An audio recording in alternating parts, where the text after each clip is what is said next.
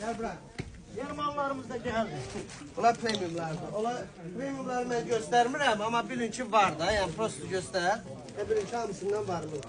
Sonra Amerikanolar göstərək bir dənə burada. Royal gel. Bak senin malında ha bu. Buna bak. Gözəlliyə bax. Görsən 25 manata ləzzətli şeylərdir. Bax bunlardan gəldi. Ondan sonra akşam var bahalı dedim gəldi. Hana bahalı. Hamısından bir renk hamısından var. Bunlar neçə? Bunlar böyük Qiymətləri də bədənlərdir. Bir də ucuzdur. premiumlardır, 40 manatlıqlardır bunlar. Sonra xeyr. Sonra nədir? Onu göstərdim. Biraz giriş.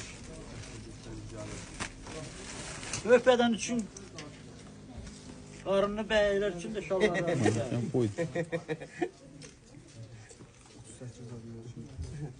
38 razmerə qədər Amerikanolar. Razmir burası. Amerikanolar yenədən 44 razmerə kadar var. Nədir? Böyük beden için beyler için şalvarlarımız da geldi. Bunlar bu bahalı bir şey. Durun gəlin ekspresə, böyük Hər bir bədən kəsi mallarımız da gözləyirik. var. Bütün şalvar çeşidlərimiz yenilənib, koftalar yenilənib. Artıq vitrovkanı, kurtkanı yığışdırdıq. Her Amma bir kes qalan- gelin özünüz seçim edin, giyinin, gezinin, gidin. Buna bax, 44 manata. Gör nə qəşəng.